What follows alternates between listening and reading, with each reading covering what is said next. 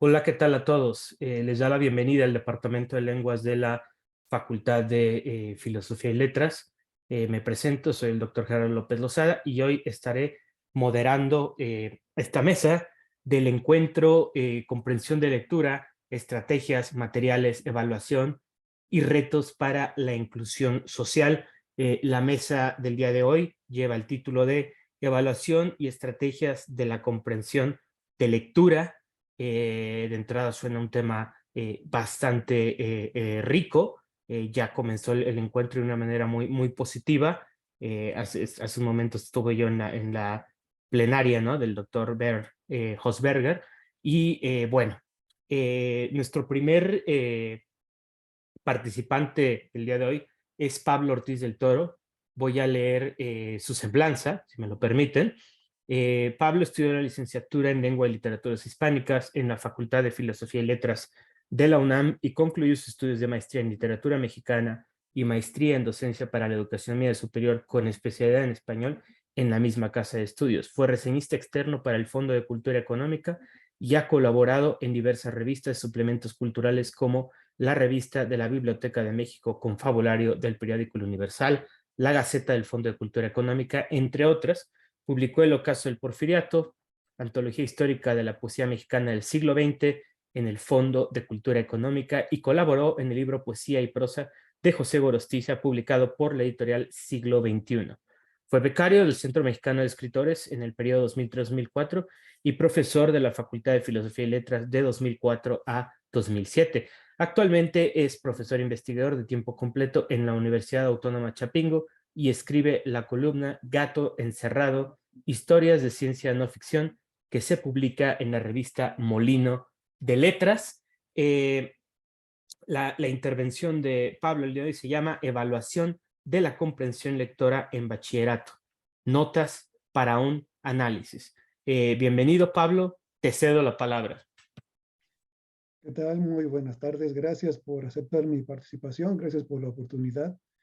Y bueno, sin mayor preámbulo, voy a pasar a exponer mi comunicación y para eso quiero compartirles pantalla. Me indican, por favor, si se alcanza a ver. Ya la están viendo ahí. Sí. Ok. Muy bien. Entonces, comienzo con mi participación leyendo un epígrafe del escritor francés Daniel Pennac, que dice más o menos así: el verbo leer no soporta el imperativo, aversión que comparte con otros verbos, el verbo amar, el verbo soñar. Hasta ahí el epígrafe de Daniel Pennac. Curiosa paradoja, somos un país con variadas y muy importantes ferias internacionales del libro, con abundantes campañas de fomento a la lectura y al mismo tiempo tenemos uno de los índices más bajos de lectura en América Latina. También tenemos datos duros, los cuales nos dicen que a pesar de esas campañas de lectura y de que un estudiante de bachillerato ha cursado entre 12 y 14 años asignaturas del área del lenguaje, somos uno de los países con más bajos niveles de comprensión lectora. Por un lado, están los resultados que arrojó la prueba Planea 2017 para alumnos de bachillerato en el área de lenguaje y comunicación, y por otro, los datos obtenidos en PISA 2018. Antes de analizar dichos resultados, me gustaría compartir lo siguiente a manera de introducción. Cada año, desde el 2015, el INEGI lleva a cabo una encuesta para conocer el comportamiento lector de la población mexicana de 18 años o más. Esta encuesta lleva el nombre de MOLEC, Módulo sobre Lectura, y en su versión 2022 arrojó lo siguiente.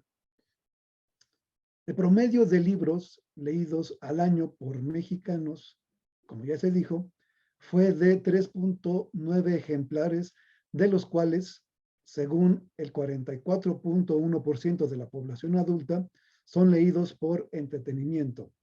El 23.8% lo hace por trabajo o estudio, el 20.7% por cultura general, el 10.1% por motivos religiosos y el 1.4% por otros motivos. Curiosamente, la lectura de textos literarios superó la lectura de otro tipo de textos. Los datos sobre comprensión lectora resultan particularmente interesantes. El 30.2% de los encuestados afirma que comprende todo lo que lee. El 53% declara que comprende la mayor parte de un texto. El 12.8% considera que comprende solo la mitad y únicamente el 4% reconoce que comprende muy poco de lo que lee. En otras palabras, de acuerdo con estos datos presentados por el MOLEC, la mayoría de la población en México, con 18 años o más, estima que tiene una buena comprensión lectora. Esto a pesar de lo que digan las evaluaciones nacionales e internacionales. Revisemos ahora los datos duros. La evaluación Planea, Plan Nacional para la Evaluación de los Aprendizajes antes Prueba Enlace, se llevaba a cabo cada 3 años y se aplicaba tanto a alumnos de tercer año de secundaria como a estudiantes del último año de bachillerato. La escala estimativa para lenguaje y comunicación se dividía en 4 niveles, donde el nivel 4 era el más elevado y el 1 correspondía al de más baja puntuación. De acuerdo con el informe, solo 9 de cada 100 alumnos alcanzaron el nivel 4, que consistía en la capacidad para seleccionar, organizar e interpretar información de un texto argumentativo, identificar la postura del autor y de hacer paráfrasis. 28 de cada 100 estaban en el nivel 3, que implicaba reconocer las partes de un artículo de opinión, identificar las diferencias entre información objetiva, opinión y valoración, así como identificar las diferentes formas en que se emplea el lenguaje escrito de acuerdo con la finalidad comunicativa. 28 de cada 100 jóvenes solo lograron identificar información explícita en el texto, así como las ideas principales. Y finalmente, 34 de cada 100 estudiantes no fueron capaces de realizar paráfrasis y únicamente comprendieron la información de textos sencillos y con temáticas que les son familiares. A partir de los datos hasta aquí expuestos, es necesario establecer las diferencias entre lo que pensamos los mexicanos y lo que indican las pruebas sobre nuestra comprensión. Por un lado, mientras que la encuesta del INEGI arroja que el 30% de los mexicanos piensa que comprende todo lo que lee, la prueba Planea señala que de hecho es únicamente el 9% de los jóvenes que se convirtieron en adultos quienes comprenden plenamente un texto. Por otra parte, en cuanto a los bajos niveles de comprensión, el INEGI dice que el 4% de los mexicanos considera que comprende muy poco de un texto, pero Planea establece que el porcentaje es de 34%. De esto se puede deducir que al mismo tiempo que negamos nuestras deficiencias, también idealizamos nuestras capacidades en cuanto a comprensión lectora se refiere. ¿O acaso lo que no está claramente establecido es qué se entiende de manera coloquial por comprensión lectora y qué entiende el instituto encargado de medirla?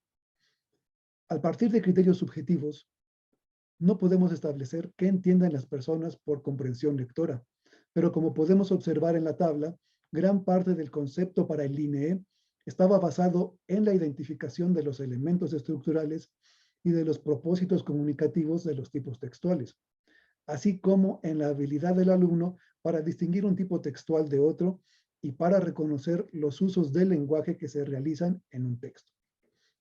Debemos suponer entonces que los reactivos de la prueba estuvieron encaminados a medir estos conocimientos y habilidades.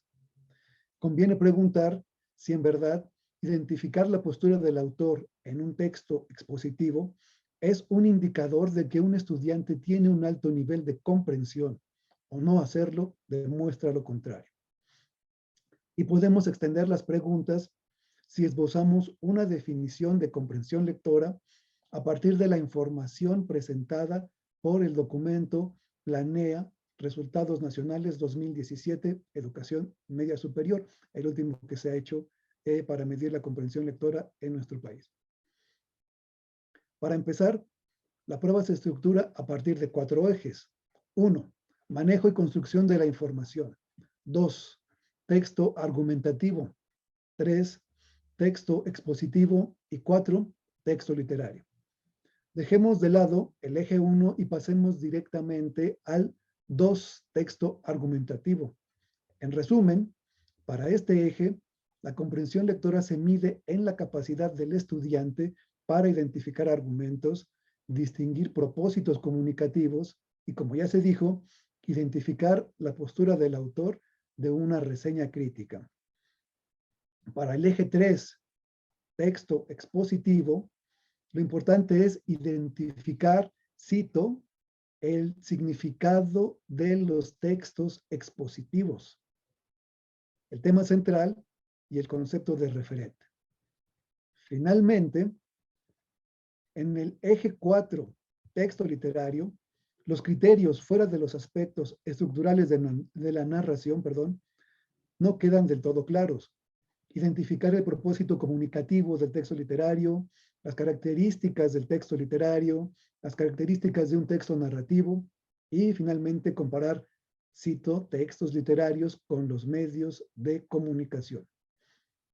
Como se puede observar, las diferencias en los porcentajes entre la percepción de las personas sobre la propia comprensión lectora y lo que determina Planea radican en el concepto de comprensión lectora propiamente.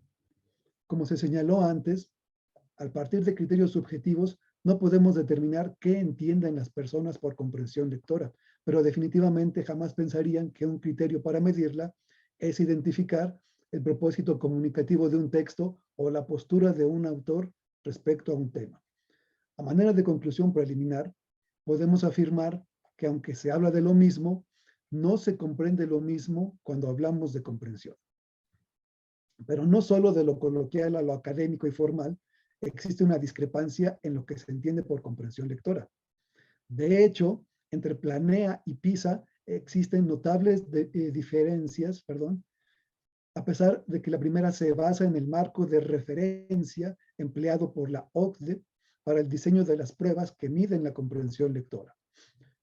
El Programa para la Evaluación Internacional de Alumnos de la OCDE, mejor conocido como PISA, por sus siglas en inglés, es una evaluación que se llevaba a cabo cada trienio y se aplica a alumnos de entre 15 y 16 años sin importar su grado escolar. Esto para determinar el nivel de conocimientos y habilidades que poseen en las diferentes áreas de lectura, matemáticas y ciencias. La prueba más reciente se llevó a cabo en 2018. Recordemos que la de 2021 tuvo que suspenderse debido a la pandemia. Los aspectos evaluados en materia de comprensión lectora se delimitan a partir del concepto de competencia lectora. La diferencia entre comprensión lectora y competencia lectora radica en que el segundo abarca el primero. Esto es, la comprensión lectora se concibe como un proceso, mientras que la competencia lectora es entendida como un conjunto de conocimientos, habilidades y estrategias que un estudiante emplea al momento de acercarse e interactuar con un texto, siempre con un propósito determinado. Además, el concepto de competencia lectora incluye, cito, un extenso abanico de competencias cognitivas desde la decodificación básica hasta el conocimiento de las palabras, gramática y estructura y características lingüísticas y textuales más amplias, hasta el conocimiento del mundo. Hasta ahí la cita. De manera textual, la competencia lectora para PISA, desde su primera versión en el 2000, consiste en comprender, utilizar, reflexionar e interactuar con los textos escritos para alcanzar los propios objetivos, desarrollar el conocimiento y el potencial personales y participar en la sociedad. Los resultados de la prueba PISA 2018 de los jóvenes mexicanos de entre 15 y 16 años en el rubro de la lectura son los siguientes. El 55% alcanzó al menos el nivel 2 de competencia en lectura, el cual consiste en identificar la idea principal en un texto de longitud moderada, encontrar información basada en criterios explícitos y en reflexionar sobre el propósito y la forma de los textos cuando se les indica explícitamente que lo hagan. El 1% de los estudiantes se encuentra en los niveles 5 y 6, lo cual significa que pueden comprender textos largos, tratar conceptos abstractos y establecer distinciones entre hechos y opiniones. En este punto, ya para ir concluyendo, se hace necesario realizar un breve comparativo entre las dos evaluaciones que proporcionan información sobre el grado de comprensión lectora que tenían los estudiantes de entre 15 y 17 años en México. En PISA, la comprensión pasa por el establecimiento de las relaciones de las distintas partes de un texto, mientras que Planea se centra más en la identificación de esas partes. En cuanto a lo formal y lo estructural, PISA lo considera importante para llegar a la valoración de la calidad, validez y relevancia del texto, mientras que Planea no solo lo considera importante, sino que por lo expuesto antes es lo que tiene un mayor peso. En ambas pruebas, distinguir entre un hecho y una opinión se considera un grado máximo de comprensión lectora. Y finalmente, hay diferencias y similitudes entre los resultados obtenidos en el área de lectura por nuestros estudiantes de bachillerato. Mientras que Planea arrojó que el 9.2 de los jóvenes evaluados alcanza el grado máximo de comprensión lectora, PISA señala que de hecho solo es el 1%. Según Planea, el 28.1% identifica las ideas principales y el 28.7% reconocen un artículo de opinión los propósitos, conectores argumentativos y las partes que lo constituyen, porcentajes que suman un 56.8%. Por su parte, PISA da a conocer que el 55%, según sus datos, logra realizar esas tareas. Lo que manifiestan las páginas anteriores es que el concepto de comprensión lectora no goza de consenso. El MOLEC no proporciona, perdón, ya concluyo. El MOLEC no proporciona la información necesaria. Perdón. Bueno, concluyo. El MOLEC no proporciona la información necesaria para establecer una definición o un acercamiento a lo que las personas entienden por comprensión lectora.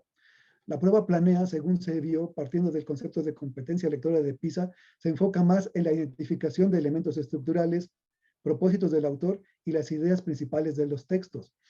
La prueba PISA, la más completa, considera más importante la obtención de la información, la comprensión global, la comprensión literal y la interpretación, siempre partiendo de un enfoque cognitivo. Y quiero concluir con la siguiente reflexión. Me parece que no se puede continuar afirmando tajantemente que los estudiantes o las personas de un determinado país poseen bajos niveles de comprensión porque así lo dice una prueba estandarizada, o por lo menos se debería acotar que es un juicio relativo al marco de referencia con el cual se estructuró la noción de comprensión lectora y en consecuencia se realizó el diseño de esa evaluación. La razón es sencilla. Existe una amplia variedad de definiciones, desde el enfoque social y antropológico, que considera que la verdadera comprensión surge de la comunidad de hablantes, pasando por el enfoque de la adivinanza psicolingüística de la comprensión, o la visión cognitiva, que a partir de modelos establece los procesos cognitivos involucrados en la comprensión lectora. El verdadero reto para evaluar la comprensión lectora consiste primero en determinar los criterios con los cuales establecer una definición a partir de un marco de referencia, para de ahí determinar los aspectos a tomar en cuenta en el diseño de una prueba. La tarea, como se anticipa, no es fácil y resulta aún más complicada cuando nos enfrentamos a la necesidad de evaluarla a partir de un tipo textual cuya esencia es, de hecho, la indeterminación. Me refiero a la pregunta, ¿cómo vamos a evaluar la comprensión lectora en el bachillerato, sobre todo en la materia de literatura? Hasta ahí mi participación. Muchas gracias. Muchas gracias. Me parece que es fue una presentación bastante iluminadora, porque a veces uno o el espectro, digamos, lo de análisis se queda en los resultados y uno no va más allá, uno no cuestiona el medio, ¿no? en el que se hace, y es grave porque hay muchos juicios, muchos trabajos parten de resultados de esa prueba, sin cuestionar la prueba. Entonces, creo yo que es bastante, bastante rico, bastante pertinente. Entonces, bueno, continuamos, por favor, me lo están mandando en orden, con la maestra Lidia Flores. La maestra Lidia Flores cursó primera carrera como secretaria bilingüe con 5 años y medio de estudio exhaustivo del inglés. Dio clases en el Pan American Workshop, escuela bilingüe, durante aproximadamente 9 años. Hizo una estancia en Inglaterra durante 1 año y medio. Ahí obtuvo el Proficiency in English de la Universidad de Cambridge. Regresó a México y se incorporó al Instituto Educativo Olinka y fue asignada a la preparación de estudiantes del International Baccalaureate para presentar esta reconocida certificación internacional. Dio clases de apreciación literaria con obras de la literatura inglesa para este programa. Cursó como segunda carrera lengua y literaturas modernas inglesas en la UNAM, recibiéndose con excelencia. Fue contratada para dar clase de comprensión de lectura en inglés en el DELEFIL, Departamento de Lenguas de la Facultad de Filosofía y Letras. Colateralmente trabajó durante 5 años en el Colegio de México, impartiendo clases de inglés en diferentes niveles.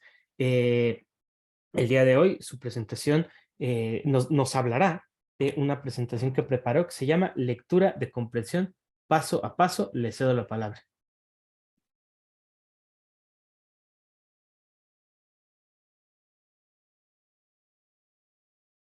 No la escuchamos, creo que está silenciada. A ver. Ya, Listo. Perfecto, Gerardo, muy buenos días. Pido una disculpa, no sé si mi computadora se atarantó o la que me ataranté fui yo, pero no logré llegar a tiempo. Les pido una disculpa a todos. No se le daba la gana de abrirme, me decía que no era válido, y no era válido, y no era válido. Y entonces uno se pone aquí, no sé, histérica con la computadora, pero no lo lograba. Le agradezco mucho y les doy un muy buen saludo. Voy a compartir con ustedes lo que he llamado lectura de comprensión paso a paso. Y lo tengo repartido como en operaciones lógicas y operaciones estratégicas, aunque no hago demasiado uso de los términos. Primero habré de enlistar lo que considero que es lógico y después las estrategias a seguir. Haré mucho hincapié en las estrategias. Lo que compartiré con ustedes será muy probablemente obvio para personas que ya manejen este enfoque, muy interesante para una de las 4 habilidades de la enseñanza del inglés. Sin embargo, reflexionando sobre mi propia metodología en esta clase, me encontré que podía puntualizar el paso a paso que he seguido para obtener mis objetivos. Los invito a recorrer el camino conmigo, esperando encuentren mi tratamiento reconocible, porque seguramente ustedes saben mucho, o novedoso, o alguno de los 2 términos, según su propia experiencia. Bueno, en primera instancia habría de hablar de lo primero, que es deducir. Obviamente tenemos siempre que deducir el tema y el tratamiento del mismo. Voy a mencionar algo que es muy obvio, pero creo que es importante ir paso a pasito. Tenemos que ver el título, las ilustraciones, la tipografía, las palabras en mayúscula, los números, la puntuación, la organización en general, y se empiezan a reconocer los cognados. Yo he llegado al punto de que cuando doy mi programa de español en español para la lectura de comprensión en inglés, les pregunto en la lectura de español que por qué hay itálicas, que por qué hay negritas, etcétera, para abrirles a los muchachos los ojos a la tipografía. Entonces tenemos este primer acercamiento al texto una vez que tenemos el texto en la mano y hacemos una lectura rápida, de ojeada rápida del texto con las sugerencias que di arriba, que acabo de dar.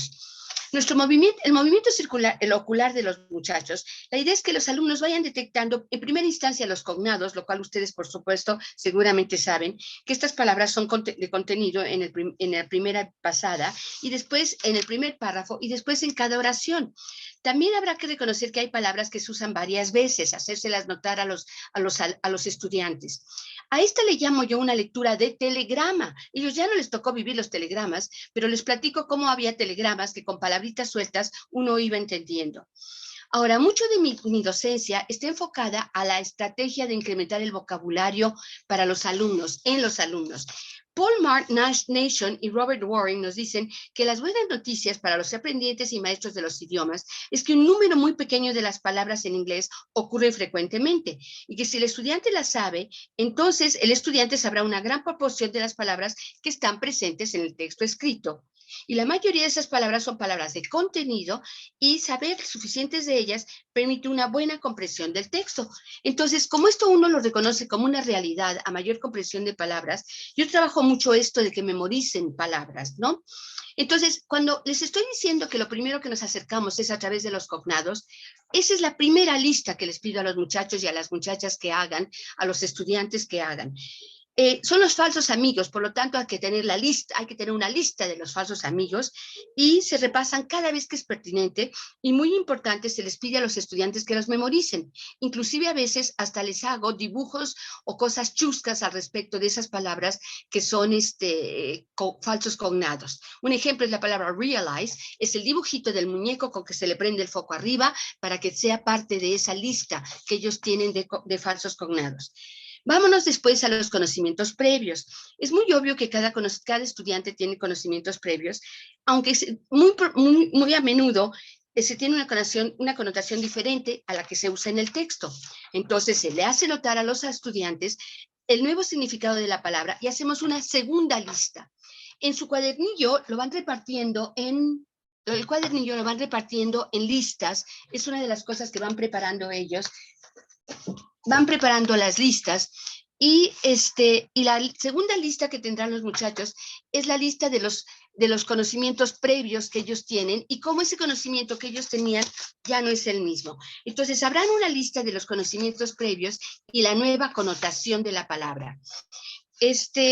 A continuación tenemos la estrategia de que las palabras no están solas, sino están acompañadas. Si alguna palabra les hace ruido y no la entienden y quieren correr al diccionario, se les hace notar que las palabras no están solas, sino están acompañadas. Y entonces empezar a que ellos vean cómo con las otras palabras ellos pueden llegar a un conocimiento. Esta es la estrategia y se convierte en un eslogan de clase. Y el ver, ver y ver es otro eslogan de clase. Tienen que ver si hay negritas, ver si hay itálicas, etcétera, ¿no? Hay que quitarles esa sensación de que tienen que ir al diccionario para entender las palabras y es la única forma a la que se puede llegar a la comprensión. Después hacemos una lista más de lo que es el vocabulario, que no es precisamente el básico, sino aquellas palabras que se repiten muchísimo, algunos adverbios, etcétera.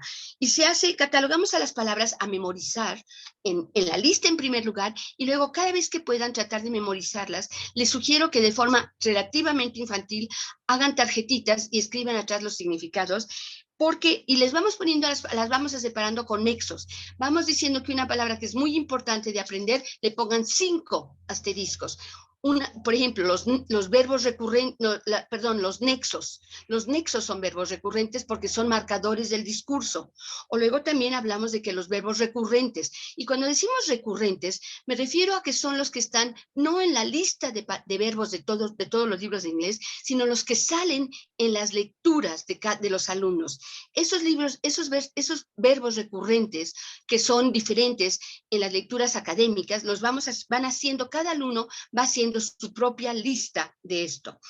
Después hacemos notar que la importancia de los párrafos, la importancia de que un párrafo casi siempre, la primera oración es la idea principal. Y se hace hincapié en esto y así se hace ver también que el último párrafo un poco regresa o da las conclusiones de todo lo que se trató, de lo que se habrá de tratar en un texto.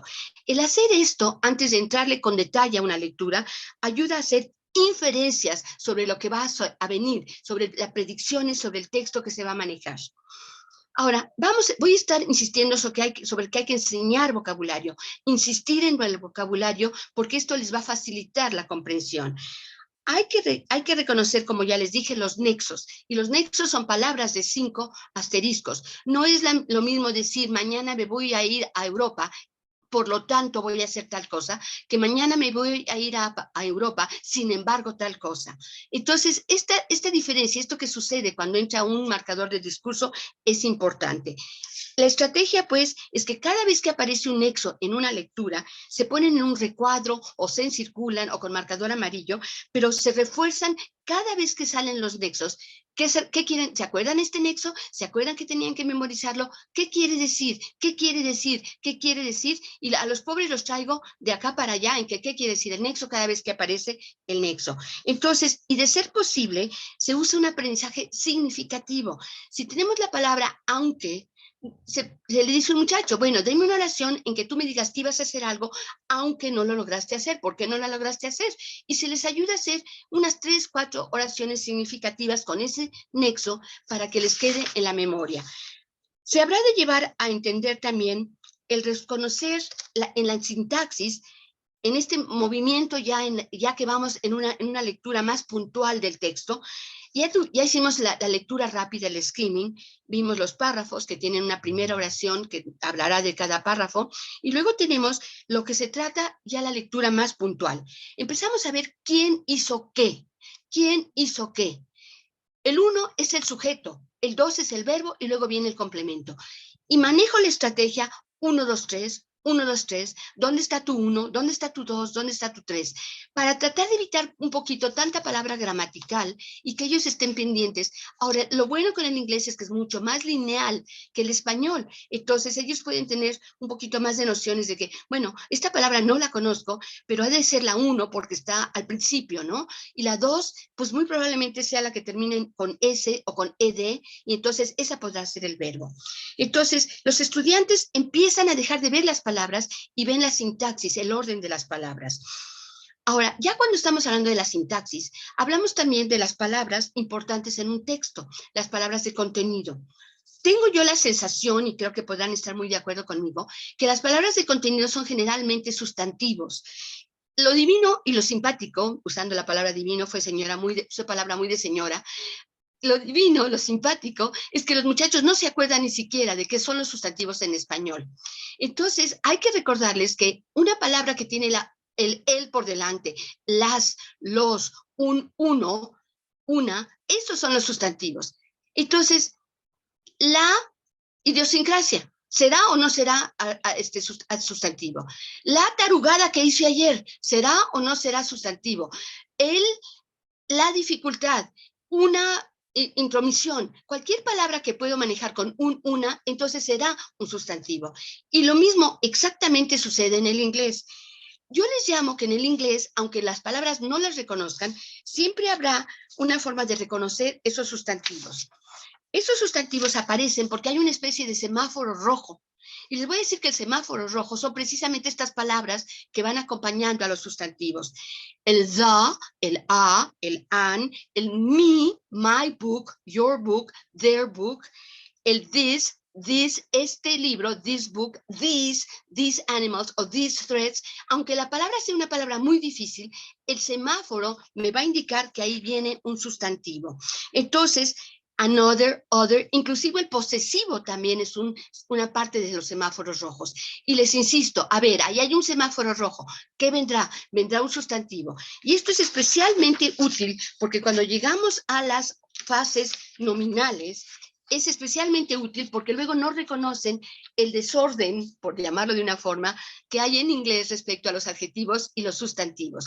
El hecho de que los adjetivos estén por delante y los sustantivos estén después, a ellos se les complica mucho la existencia con esto. Entonces, ya estamos trabajando con palabras de contenido, porque se repiten mucho, ya estamos estamos trabajando con sustantivos que son las que me van dando un telegrama, y ya estoy aprendiendo a reconocer que aunque una palabra se vea rarísima en su ortografía, pues a lo mejor es un sustantivo. ¿Para qué les ayuda esto? Para poder ir al diccionario y encontrarlo no como verbo, sino como sustantivo. ¿Y para qué les ayuda a encontrar los sustantivos? Para encontrar que adelante de un sustantivo están los adjetivos, que no es como en español, que los adjetivos van por delante de los sustantivos, y entonces eso es muy importante. Yo inclusive trato de simplificar al máximo las reglas gramaticales y les doy hasta fórmulas. A ver, un dibujito que dice una fórmula gramatical. Ok, tengo un semáforo Tengo un semáforo, después del semáforo viene un adverbio, unos adjetivos y hasta el final va a venir el sustantivo. Y les hago notar que ese es el orden que es diferente al del español. Y entonces lo tienen como una fórmula. Sustantivo, tengo el semáforo, luego un adverbio quizá, unos adjetivos y luego finalmente y hasta el final, el sustantivo. Entonces ellos muchas veces antes de llegar al sustantivo ya están haciendo uso de los adjetivos como si fueran verbos. Tenemos también otra gran dificultad con los estudiantes, los pronombres y los referentes. Lo que en español es tremendamente fácil, en inglés hay que enfatizarlo muchísimo. Para hacerlo, la estrategia hay que ayudarse haciendo una pregunta con el verbo que se tiene en la oración. Ese verbo quizá nos ayude. Si yo dice, it is good, ¿qué será el it del cual están hablando? Pues it, a lo mejor se comenzó que el it era comer, o a lo mejor se comentó que el it era la película. Entonces, la palabra el sustantivo que me va a poder entrar con ese verbo is, ese va a ser el antecedente o referente del pronombre. Hay que hacerles especial hincapié que la mayoría de las veces, en el 90 y tantos %, lo están, como es un referente, me refiero a algo que ya se mencionó antes, que como es un antecedente, como se dice en inglés, un antecedent, va por delante, porque ellos tienden luego a buscarlo atrás. Cualquier sustantivo que les aparece, según ellos, ese es el antecedente o el referente del pronombre. Hay que trabajarlo mucho. Ahora, respecto y regresando a los verbos, hacemos mucho hincapié en que los muchachos memoricen cosas.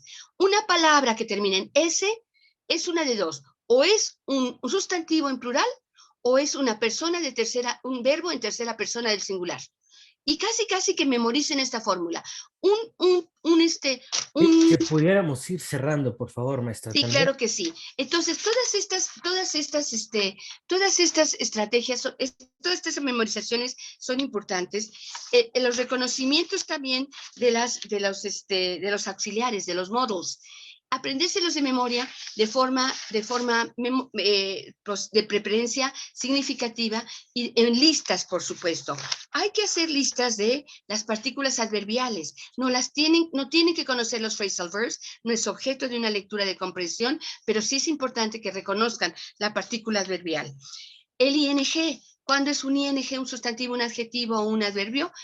O un verbo, pues tan fácil como que para que el ING sea verbo, tiene que estar acompañado de un verbo to be. Se lo damos como si fuera una fórmula. Las cláusulas, para ver las cláusulas, que vean que cada cláusula tiene un sujeto y un verbo, y que tienen que ir a buscar las comas. En general, hay que hacer que los muchachos, en mi opinión, hay que hacer que los muchachos hagan estrategias antes de llegar al diccionario y que reconozcan, por supuesto, que hay un campo semántico y que hay que ver la morfología de las palabras. Y se sugiere también que se hagan listas de palabras académicas de lo que a ellos en la marcha, en sus lecturas, le van saliendo el vocabulario. No palabras que se sacan de un libro. Y también, según los prefijos y los sufijos, en esa misma forma, en la marcha y en contexto, ir haciendo listas de estos prefijos y sufijos y dar sufijos similares, 2 o 3 prefijos, 2 o 3 prefijos, de esa forma. Las expresiones idiomáticas que usen la imaginación y que las relacionen con los en el español, ¿no? La connotación adecuada. Cuando hay palabras que les llamo que son hoyos del camino, que hay que tratar de que las anoten en una lista, porque esas palabras se van a confundir con las que se encuentren. Palabras que les va a costar trabajo buscar en el diccionario y le hacemos una lista de in order to o as well as para palabras de esto. Ahora, el aprendizaje es siempre cooperativo, colaborativo a través de los ejercicios y los errores personales, siempre como un aprendizaje personal que se aprende de esto. Redondeo con que las listas que sugiero se hagan son las de falsos cognados, conocimientos previos, verbos recurrentes, pero no los de las listas de los verbos, sino los que salen en sus lecturas, los auxiliares, los nexos o marcadores del discurso, las palabras académicas, los hoyos del camino, palabras difíciles de reconocer, y a veces hasta frases verbales con traducción para que les vaya quedando la diferencia de la voz pasiva, la voz activa, aunque no haya demasiada relación. Y finalmente, las fórmulas gramaticales como una forma de simplificarles la existencia y la vida a los muchachos y a las muchachas, a los estudiantes en general. Les agradezco mucho y espero que este paso a paso no haya sido demasiado obvio, sino que hayan recordado sus propios sufrimientos en clase. Muchas gracias. Muchas gracias, maestra. La verdad es que sí, encapsuló, fue una suerte de maratón de estrategias, ¿no? En el que vimos pues el ir y venir, ¿no? Que es el proceso, ¿no? El desarrollo de la lectura, ¿no? Por así decirlo, ¿no? Entonces, muchas gracias. Vamos a pasar, vamos a cerrar ya la mesa con nuestro tercer ponente, que es el licenciado Miguel Ángel Elguía Echeverría. Les leo su semblanza. Estudió filosofía en la UNAM. Asimismo, obtuvo su grado de maestro en filosofía de la ciencia por la misma universidad. Actualmente es profesor del Liceo Mexicano Japonés. Le cedo la palabra a Miguel Ángel Elguía, por favor. Sí, ¿qué tal? Buenas tardes. Bueno, nada más una corrección ahí. No trabajo en el Liceo Mexicano Japonés. Soy director académico de Hotaru Centro Cultural. Okay. Somos un centro cultural bueno, nos dedicamos a la difusión y al estudio de las lenguas asiáticas, especialmente el idioma japonés. Y pues bueno, el día de hoy voy a intentar ser lo más conciso posible por razones de tiempo. Pero, pues bueno, justo el día de hoy quisiera compartir, pues bueno, la diferencia que tenemos respecto a lo que ahorita estuvieron comentando tanto Lidia como Pablo, respecto, por ejemplo, el inglés, una lengua europea, frente, pues, la diferencia que vamos a tener de los retos que representa, pues, la enseñanza de una lengua asiática. En el caso del idioma japonés, pues bueno, cuando nosotros le enseñamos o le intentamos enseñar este idioma a un alumno para que hable o también comprenda a la hora de leer, pues vamos a tener una dificultad bastante distinta al resto de las lenguas europeas.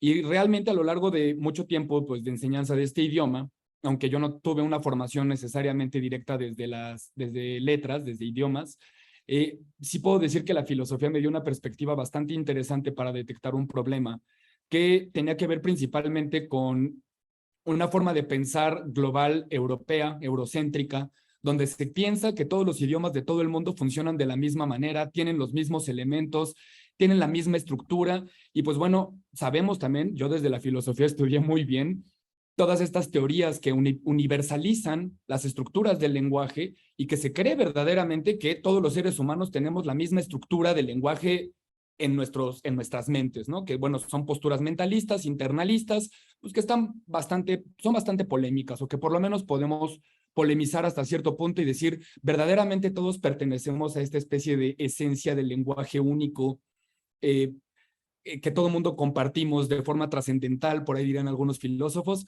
Pues bueno, yo realmente me opongo a esa visión y me parece sumamente interesante lo que resultó de oponerse a eso y empezar a cuestionarnos qué diferencias existen frente a las lenguas europeas y dentro de misma Europa, porque hay unos idiomas que tú dices, ¿cómo llegaste ahí, no? ¿Qué hace el euskera ahí metido en España? ¿Cómo llegó un idioma que es prácticamente irrastreable a su alrededor? Pues bueno, ahora, ¿qué pasaría si nos vamos a todos los idiomas que están en Asia, a todas las lenguas que están aquí en América? Bueno, probablemente vamos a encontrar muchísimas diferencias respecto a lo que se cree universal solamente porque así es en Europa, que realmente ese es un problema, ¿no? Le llamamos historia universal a la historia de Europa, pero eso no es la historia universal. También pensamos de repente que el lenguaje universal es la estructura de los lenguajes de Europa, de los idiomas de Europa. Y bueno, pues empezamos a encontrar una diferencia bastante curiosa cuando nos acercamos a los libros de texto. Por ejemplo, yo veo un libro de texto de idioma inglés y me encuentro con una escena de este estilo, en donde, bueno, pues hay personas de diferentes países intentando hablar entre ellos.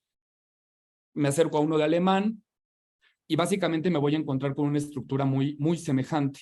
Cuando yo llego como alumno a mi clase número 1 para presentarme, para poder hacer una presentación personal, pues voy a tener, primero, no hay una barrera con las letras, pero llega el alumno de idioma japonés a su clase número 1 y se encuentra con esto.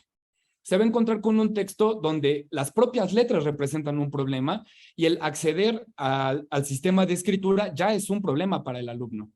Nosotros como profesores de lenguas asiáticas primero tenemos que rebasar esta frontera Y posteriormente podemos ingresar a todo el resto, digamos, de las problemáticas que trajeron aquí a colación hace rato tanto Lidia como Pablo. Digamos, en cuanto a las estrategias que necesita el alumno para poder acceder al texto y luego para que yo pueda evaluar si el alumno está verdaderamente extrayendo la información relevante o no. Lo que parece bastante interesante en el caso del idioma japonés es que no existen libros diseñados para diferentes personas que tengan diferentes lenguas madre. Este idioma únicamente se enseña considerando que el alumno tiene que tener siempre como segunda lengua el inglés. Y si no tienes como segunda lengua el inglés, tener acceso a los materiales que te permitan aprender este idioma es complicadísimo. Y ahorita solo les puse ejemplos de estos, ¿no? Hay otros textos donde viene en chiquito el coreano y el chino, también como subtítulo. Entonces, bueno, resultan textos terriblemente ilegibles, terriblemente inaccesibles. Los alumnos no tienen la misma facilidad, digamos, para acceder a estos idiomas que si se tratara de una lengua europea. Cuando se trata de la enseñanza de estructuras gramaticales, me presentan regularmente una hoja en blanco y negro, donde no hay ninguna clase de didáctica y simple y sencillamente se establece ahí como fórmula matemática. De nuevo, ¿no? Considerando que si yo someto al alumno al estrés de estar en un ambiente donde no tenga su lengua madre, donde todo el tiempo lo esté yo bombardeando con la lengua objetivo, se cree que el alumno va a aprender así. ¿Por qué? Porque creen que yo como alumno que hablo español como lengua madre, llego al italiano, al francés, al portugués. Pues claro, si me habla una persona nativa, yo no voy a tener la misma frontera que si me acerco al japonés. Y aunque el inglés o el alemán son idiomas un poquito más alejados del español, tampoco voy a tener la misma barrera. Hay un montón de palabras que van a tener parecido, que son prácticamente iguales, mucho más al momento de ser leídas. Pero en el caso de una lengua asiática o de una lengua no europea, que es como he decidido establecerlo, pues la historia cambia bastante. Porque aquí, desde lo visual, ya tengo un problema de acceso. Y no voy a encontrar palabras que compartan ni raíces etimológicas, ni mucho menos. Entonces, bueno, vamos a tener esta situación. Los materiales, como pueden ver, pues son materiales, les presento aquí algunos de los materiales que más se utilizan para la enseñanza de este idioma, y pues son materiales, pues ya, la verdad, bastante antiguos y con muy poca metodología de enseñanza. Cuando se trata, por ejemplo, de aproximar a los alumnos al aprendizaje de las letras, me van a dar una tabla en blanco y negro de esta manera, que es totalmente ilegible, que el alumno que no tiene conocimiento del idioma se va a acercar, va a ver esto y va a decir, bueno, no entiendo nada de lo que está pasando aquí. Y digamos que por esa razón, aquí les pongo otro ejemplo de cómo se aproximan, digamos, los alumnos a las letras japonesas. Por esa razón, bueno, se dieron a la tarea, y que de hecho es una metodología que se utiliza justo en escuelas como las que mencionó ahorita Gerardo, como el Liceo Mexicano-Japonés. Son escuelas donde los alumnos estudian desde primero de primaria hasta sexto de preparatoria japonés y ninguno de ellos sale hablando idioma japonés. Bueno, yo trabajé 8 años en el liceo, entonces no era tan falso lo que dijiste hace rato, pero justo una de las cosas ahí que me di cuenta fue por qué un alumno estudia 12 años un idioma con profesores nativos y sale sin dominarlo. Si tú le preguntas a un alumno que estudió 12 años en la escuela, japonés diario, ¿dónde está el baño? El alumno no te sabe responder.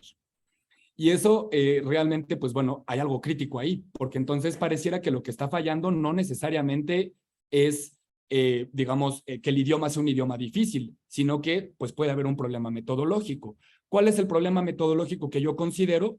Que prácticamente se están imitando las formas de enseñanza de las lenguas europeas, porque se sigue asumiendo que de la misma manera en la que yo enseño una lengua europea, voy a tener éxito si enseño una lengua no europea.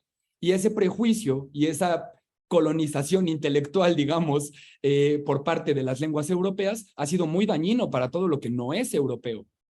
Aquí tenemos un libro que produjo Fundación Japón, que es el libro, digamos, más novedoso que hay para enseñanza de idioma japonés, y si yo lo comparo con un libro de inglés, prácticamente es idéntico, y prácticamente va a tener la misma metodología para aproximar al alumno este idioma. No están contando con el hecho de que esto es una lengua no europea, de personas que no son ni siquiera cristianas, que tienen una concepción del mundo absolutamente diferente. Para un cristiano, una cruz es un signo sagrado, para un japonés, una cruz es el número 10. Entonces, vamos a tener distinciones desde ese nivel de un país que no conoce el cristianismo, que proviene del shintoísmo, con influencias del budismo, del taoísmo, Bueno, todas esas diferencias, por supuesto, que también tienen que ver en el momento en el que un alumno tiene un problema para aprender el idioma. Nosotros como mexicanos podemos aprender mucho más fácilmente inglés cerca de Estados Unidos. Uno escucha el inglés de un japonés y es complicadísimo entenderles. Entonces pareciera ser que también está ocurriendo el problema a la inversa. La gente japonesa o la gente asiática que está intentando aprender lenguas europeas se encuentra con una cantidad de topes y de barreras pues constantes. Nosotros conocemos muy bien este marco común de las lenguas europeas que establece los niveles que debe de tener un hablante en cuanto a habilidades, digamos, para poder decir cuál es el nivel de manejo que tú tienes del idioma. Y pues lo que hizo Japón fue imitar precisamente lo que se está haciendo en Europa. Tal cual como se están marcando los estándares de las lenguas europeas, se van a hacer los estándares de las lenguas asiáticas.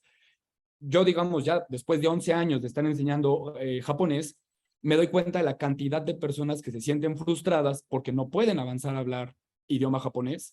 Y bueno, yo realmente se lo adjudiqué a este problema. ¿A qué problema? A que estamos prácticamente imitando la forma de pensar y la forma de hablar de las lenguas europeas y eso no tiene sentido cuando yo me salgo de esa geografía.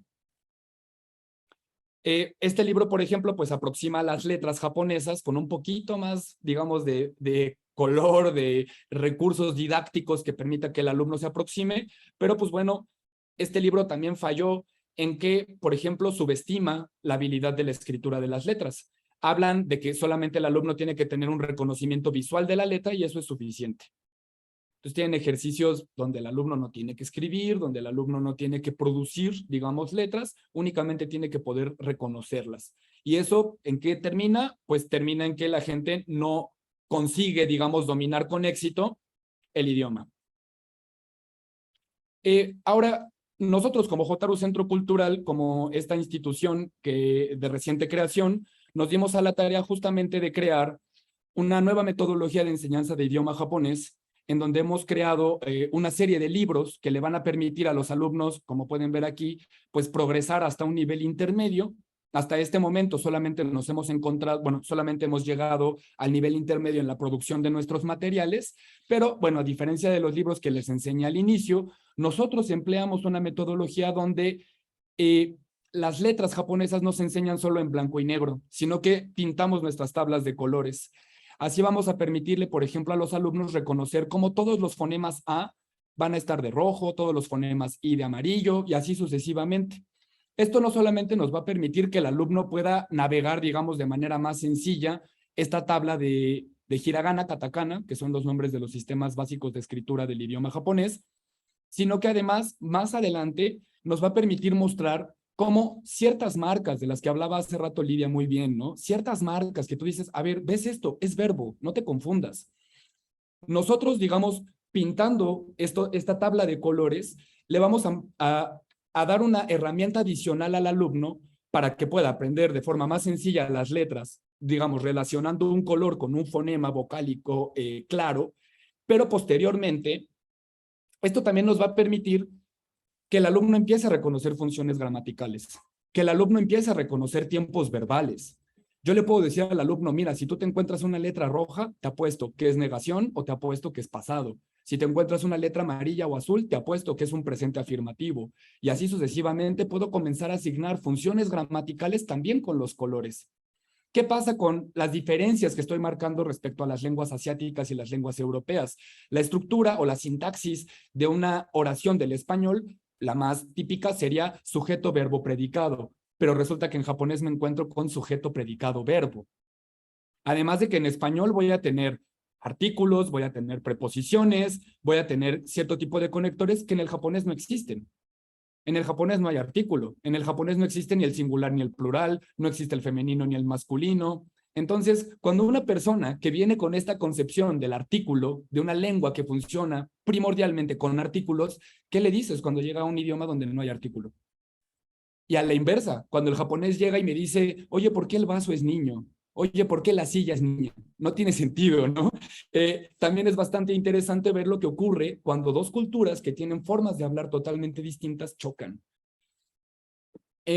Nosotros, por ejemplo, en nuestro sistema de enseñanza de aquí de Hotaru, nos hemos encargado primordialmente de desarrollar una técnica de lectura que le permita al alumno saber que su cabeza, les digo yo, su coco sintáctico de español, les está pidiendo todo el tiempo buscar las palabras en el orden del español, pero en japonés no va a ser así. Por lo tanto, una vez que hayas identificado el sujeto en una primera posición, una coincidencia que sí tiene con el español, inmediatamente te tienes que ir hasta el final de la oración a buscar al verbo. ¿Por qué? Porque es lo que te va a pedir tu cabeza de hablante español. Te va a pedir inmediatamente que después del sujeto tú me digas cuál es el verbo. En cambio, el japonés te va a mandar el verbo hasta el final. Siempre se me ha hecho muy curioso este detalle porque embona, por ejemplo, con una cultura de la escucha del pueblo japonés.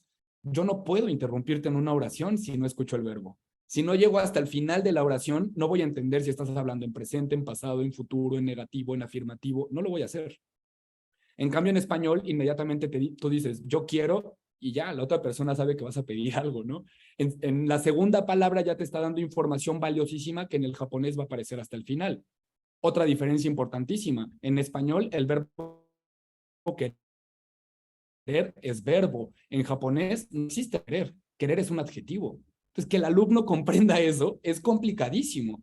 Y que la gente realmente siga asumiendo que todos los idiomas funcionan con los mismos elementos, pues solamente habla de un eurocentrismo bastante preocupante, porque entonces nos hace reducir a una geografía la lógica de la diversidad tan hermosa y tan gigantesca de idiomas que tenemos a nivel mundial. Nosotros, además de esto, con fines de generarle al alumno, digamos, una lógica de la sintaxis japonés, diseñamos también esta metodología llamada una metodología en cajitas, en donde yo le voy a ir colocando al alumno caja por caja los diferentes sintagmas o las diferentes palabras y le voy a demostrar cómo cada uno de estos circulitos, que literalmente son como las articulaciones de los huesos, son las que asignan funciones sintácticas. Y no como en español, que muchas veces aparece primero la preposición y luego la palabra, sino que en japonés va a aparecer la palabra y luego esta partícula que le está asignando función gramatical a la palabra anterior. Si yo, vinculado con la tabla de hiragana llena de colores que yo le di a mi alumno, esto también lo vinculo con los colores que después me van a permitir explicarle al alumno cómo se asignan funciones sintácticas en este idioma, sin tener que hablarle de sintaxis y esas cosas que el 95% del alumno no le interesa. Yo puedo facilitarle el acceso a todas las funciones. Aquí tenemos pues una tabla de partículas que desarrollamos acá, donde los alumnos, si tienen esta tabla de partículas, hablar japonés les parece la cosa más fácil del planeta, o se vuelve muchísimo más accesible, que algo que concuerdo muchísimo con Lidia. ¿Cuál es el problema? No tienen vocabulario. Entonces, si tú no tienes vocabulario, pues yo no puedo hacer nada por ti, ¿no? No vas a poder comprender ni lo que te están diciendo, ni lo que estás leyendo, mucho menos vas a poder producir. Digamos, toda nuestra metodología entonces se construye pues en esta lógica basada en los colores, donde yo también puedo hacer que el alumno aprenda vocabulario auxiliándolo con estos colores. Saber, por ejemplo, que el color rojo se dice aka. Y, bueno, tiene dos fonemas en sonido A, que curiosamente son rojos. Entonces, hasta este tipo de, digamos, recursos adicionales le sirven al docente para poder introducir de manera más sencilla al alumno al aprendizaje. Ya que decir cuando yo me encuentro con un texto de este tamaño, donde de verdad, si tú no sabes japonés, no va a haber forma de que te orientes. A mí en la Facultad de Filosofía y Letras, en la maestría, no me permitieron presentar japonés como tercer idioma, porque me dijeron que no era lengua de la filosofía, y me hicieron presentar francés. Examen que pasé con 10, ¿por qué? Porque me dejaron pasar con un diccionario. Pero tú entras a un examen de esto y ¿qué haces? No hay manera de que te sientas orientado. No vas a encontrar una palabra que se parezca a las de tu lengua. Entonces, bueno, nosotros vamos a hacer todo el tiempo este tipo de enseñanza con los alumnos, en donde los diferentes elementos gramaticales pues estén explicados y estructurados de esta manera. Todas las conjugaciones verbales y los morfemas que se le pueden ir agregando a la raíz de un verbo también pueden estar pintados de estos mismos colores que nosotros les presentamos al alumno al inicio. ¿Y qué va a hacer? Le va a facilitar, y eso ya lo hacemos o ya lo hemos visto aquí con nuestros alumnos de Hotaru. Hemos visto pues lo exitoso que ha sido para que los alumnos puedan comprender qué es lo que está pasando morfológicamente dentro de las palabras para poder hacer las conjugaciones verbales, por ejemplo. Aquí, bueno, ponía algunos ejemplos de cómo hacemos un comparativo cuando hablamos de, por ejemplo, el verbo dar, que necesita un objeto directo y un objeto indirecto. Yo puedo, pues, hacerles una estructuración como la que presento aquí y quiero que noten lo diferente que se ve el español frente al japonés. también hice pues aquí una comparación de lo que puede ocurrir en inglés o de lo que puede ocurrir en alemán, ¿no? Diferentes idiomas cercanos, que se ve pues muchísimo más la cercanía sintáctica que existe entre inglés, alemán, español, con respecto al japonés, que es totalmente diferente. Bueno, solamente quería, ya para ir concluyendo, hablarles un poco acerca de estas diferencias que existen en las lenguas que no son europeas. Y en el caso del japonés ya mencioné algunas, pero yo, pues bueno, también para realizar esta metodología de Hotaru, hice una pequeña investigación acerca de cómo funcionaba el chino, que es prácticamente pues el latín de Asia, que es este idioma que pues influenció a todas las lenguas. Y una de las primeras diferencias más interesantes para mí, y que obviamente como filósofo me di cuenta al minuto 1, es que no tienen verbo ser. Ni chino ni japonés tienen verbo ser. Entonces, esta diferencia es tan interesante. Y cuando uno empieza a profundizar en por qué un idioma no tiene verbo ser y cómo le haces para que tu idioma no tenga verbo ser, empiezas a descubrir cómo el budismo, el taoísmo y formas de pensar involucraron también o digamos, se impregnan también en el idioma, o quizás fue al revés, el idioma se impregnó en esas cosmovisiones y nos damos cuenta de que, bueno, ahí vamos a tener unas diferencias bien interesantes. Tenemos este verbo que es lo más cercano al verbo ser de lo que se habla en japonés, pero que no funciona para nada de esa manera. Es otra cosa, que no me puedo meter a hablar de eso ahorita, pero lo que quiero que vean es cómo también, nuevamente, para las conjugaciones, voy a pintar mis verbos con colores que le permitan al alumno distinguir con facilidad cuáles son estos morfemas que me van a hablar de afirmaciones presentes, cuáles me van a hablar de negaciones, cuáles me van a llevar al pasado. Y esto es decir muchísimo, porque otra de las diferencias es que ni en chino ni en japonés existen los tiempos verbales. Realmente, por eso son idiomas que dependen tanto de los objetos circunstanciales de tiempo. El objeto circunstancial de tiempo es el que te va a indicar en qué tiempo estás hablando, pero no existen como tal los tiempos gramaticales en estos idiomas. Entonces imagínense, no hay verbo ser, no hay número, no hay género y tampoco hay tiempos gramaticales. ¿Por qué? Porque funcionan con otra lógica. Pero eso es algo que a veces a una persona que se queda encerrada en Europa es complicadísimo, complicadísimo. Y lo digo así porque entiendo desde el lado filosófico cómo se han extendido estas ideas a la filosofía, a la pedagogía, a la lingüística, a la sociología, a tantos lugares y bueno, pues es más peligroso de lo que parece. Pues para no quitar mucho tiempo más, voy a adelantarme un poco aquí. Bueno, aquí solo quiero que vean vamos generando esta sensación de cómo se van realizando las conjugaciones, ¿no? Y esto le ha ayudado muchísimo a nuestros alumnos a ingresar, digamos, a este idioma. Lo último que quisiera señalarles es que, bueno, solamente les he contado acerca de los primeros 2 sistemas de escritura, pero japonés, otra diferencia es que tiene 3 sistemas de escritura. 2 que te puedes aprender en 3 meses y el último que tiene 2,400 letras para poder leer un periódico. Entonces, cuando hablamos de comprensión lectora en el idioma japonés, la historia cambia muchísimo. Porque incluso un estudiante de secundaria japonés nativo no puede leer el periódico. Entonces, aquí la discusión con las lenguas no europeas cambia radicalmente. Para empezar, por ejemplo, todas las lenguas americanas, que solamente son lenguas que vivieron de la tradición oral, que no gestaron escritura. Entonces, también asumimos que todos los idiomas tienen las 4 habilidades del lenguaje, cuando no es cierto. Hay idiomas que solamente sobreviven por la tradición oral, y eso también es valioso. Solo que desde el judeocristianismo, que valoramos mucho el libro, nos viene este tema de decir lo escrito, ¿no? Lo valioso de lo escrito. Japón mucho tiempo tampoco tuvo escritura. Por esa razón, le importa de China. Y quiero solamente mostrarles un ejemplo muy chiquitito de cómo se está enseñando en nuestro centro cultural la escritura. En la mayor parte en todos los lugares, te van a enseñar estas letras como si fueran letras del abecedario, del alfabeto, etcétera. Pero acá lo que tenemos son ideogramas. Entonces, ingresar a esta forma de pensamiento no solo es terriblemente interesante, sino es muy diferente. Si ustedes observan, por ejemplo, el símbolo de la persona, y poco a poco se dan cuenta de que hay personas hombres y personas mujeres, ven el símbolo de la mujer, y si yo lo empalmo, se alcanza a ver más o menos dentro del símbolo de la mujer el símbolo de la persona escondida.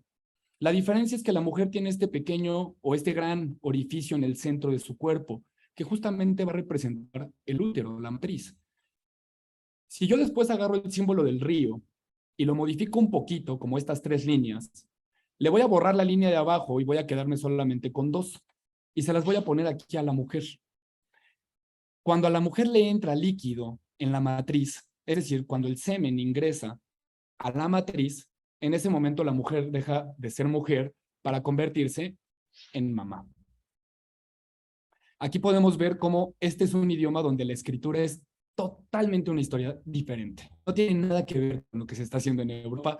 De hecho, todo el proyecto modernista de Europa humillaba a las lenguas asiáticas llamándoles los pueblos dibujantes, los que no han llegado a la elegancia de la abstracción del sonido, ¿no? Yo, por el contrario, diría, bueno, los europeos que se perdieron en ese mundo de las lenguas, de las letras abstractas, y perdieron el contacto con el mundo natural, que las letras japonesas y las letras chinas mantienen. Entonces, cuando yo intento enseñar la escritura y por lo tanto lectura a uno de mis alumnos, no lo puedo hacer si no le doy toda una serie de visiones que vienen del budismo, del shintoísmo, del taoísmo, para que las personas entiendan la cosmovisión de este pueblo está totalmente impregnada en la escritura. Y si la gente no tiene la habilidad para entender eso, es complicadísimo que accedan a entender esto. Por eso nos encontramos con escuelas aquí que se enseñan 12 años el idioma y la gente no puede hablar este idioma, mucho menos escribirlo. Más ahora con la era digital donde se subestima la escritura a mano. A mí me dicen, voy a hacer una lista de vocabulario a mano. O sea, no te quiero volver a ver hacerlo nunca en compu. ¿Por qué? Porque yo necesito que tú puedas aprender a escribir estas letras. Entonces, bueno, todo esto sea para también comentarles o compartirles estas ilustraciones del libro de enseñanza de letras asiáticas que estamos desarrollando nosotros aquí en el Centro Cultural con un grupo de diseñadoras mexicanas en donde hemos estado produciendo materiales 100% de origen mexicano, diseñado para personas mexicanas que hablan español como lengua madre y que entonces nosotros le podemos dar, digamos, un target directo a estas personas para que después puedan aprender el símbolo de persona, el símbolo de la mujer y finalmente el símbolo de la madre. Con esta metodología que, pues bueno, nos ha tomado 8 años desarrollar, hemos tenido bastante éxito en este proyecto y bueno, básicamente era la finalidad de esta charla, poderles comentar un poco acerca de esto y quizás para mí abrir el debate y abrir la discusión acerca de que así como la forma en la que medimos si un alumno está comprendiendo o no con una prueba estandarizada a nivel mundial, pues como se comentaba en la primera ponencia, no tiene ningún sentido, es ridículo, pues ahora imagínense pensar que todos los idiomas de todo el mundo funcionan de la misma manera, eso es peor.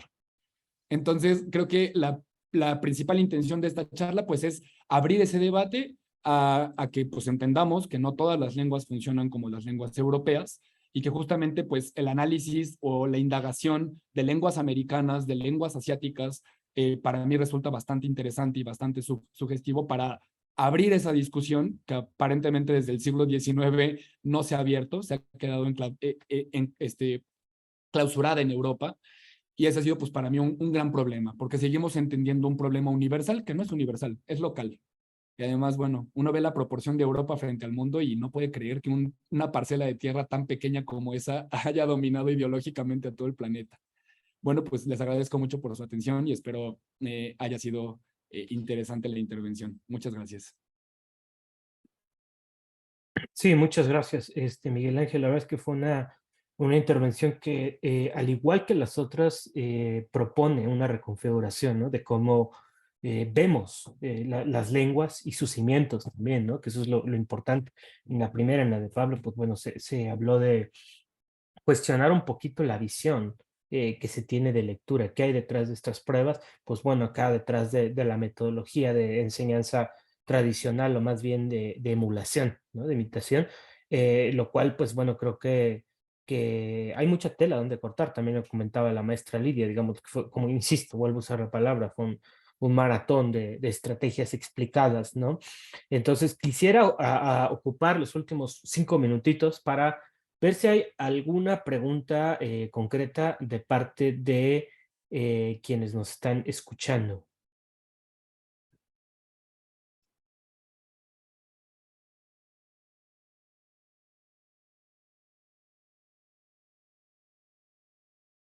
Pareciera que no hay ninguna intervención. Yo la verdad me quedo sorprendido por algunas de las observaciones que se hicieron. Me pareció demasiado propositiva lo que propone, lo que dice Miguel acerca del material. Me parece que es un trabajo bastante duro, pero creo que debe irse fomentándose, ¿no? Entonces, no sé si, por ejemplo, alguno de ustedes tenga una pregunta hacia uno de sus compañeros ponentes. Creo que también sería bueno, sería válido.